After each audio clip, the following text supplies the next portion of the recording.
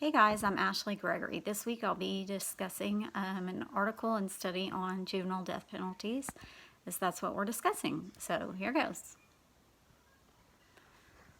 My article is Cheating the Hangman, the Effect of the Roper versus Simmons Decision on Homicides Committed by Juveniles. The basis for the research is the U.S. Supreme Court ruled execution of juveniles under age 18 at the time of crime is unconstitutional. This led to concern that homicide among juveniles would increase. Researchers used monthly data from the supplemental homicide reports and a multiple time series research design. Investigation is done on the impact of the Roper versus Simmons decision on homicides committed by juveniles in the 20 states affected by the law. The key words used for the study are juvenile death penalty, Roper versus Simmons, deterrence, and Thomas versus Oklahoma.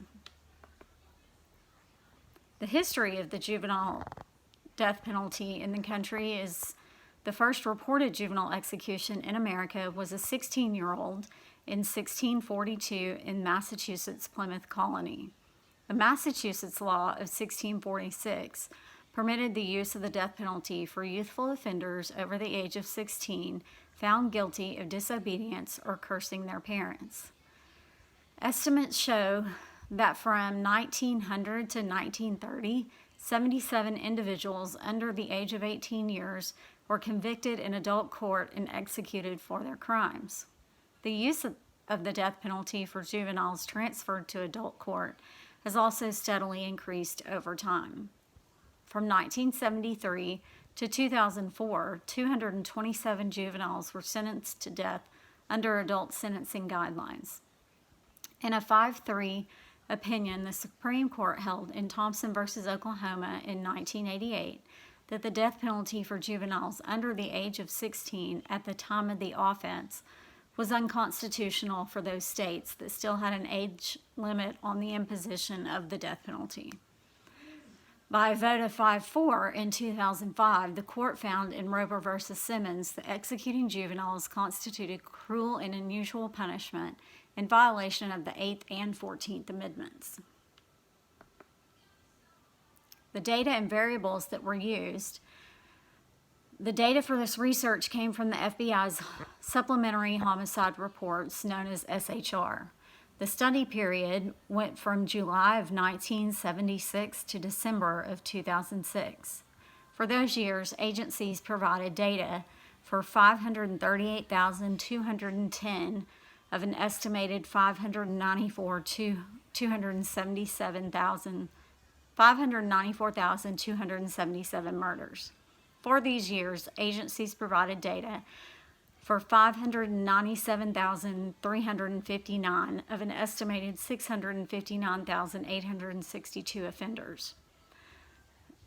They wanted to know the juvenile homicide and the effects of juvenile homicide numbers after Roper versus Simmons and after Thompson versus Oklahoma.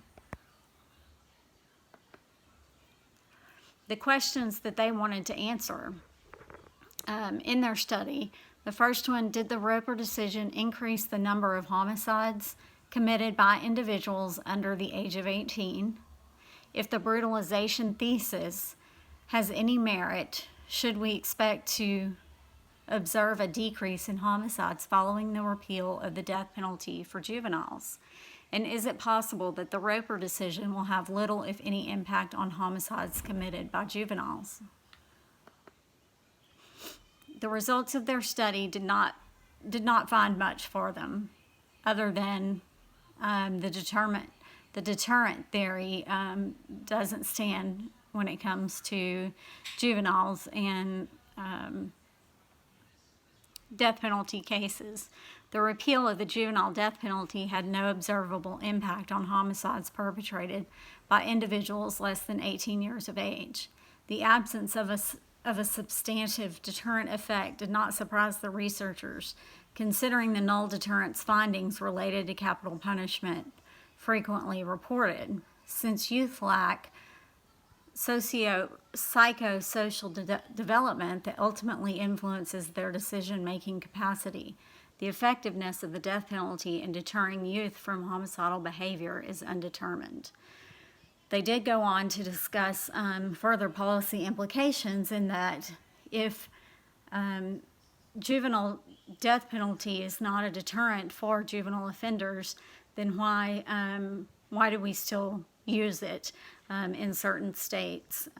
They did mention that over 20 states now in the United States do not use juvenile death penalty anymore since the Roper decision was made by the Supreme Court. So their study did not find a lot of information, but did find that the juvenile death penalty is not a deterrent. So that is all this study found. I appreciate you for watching and listening. Thank you so much.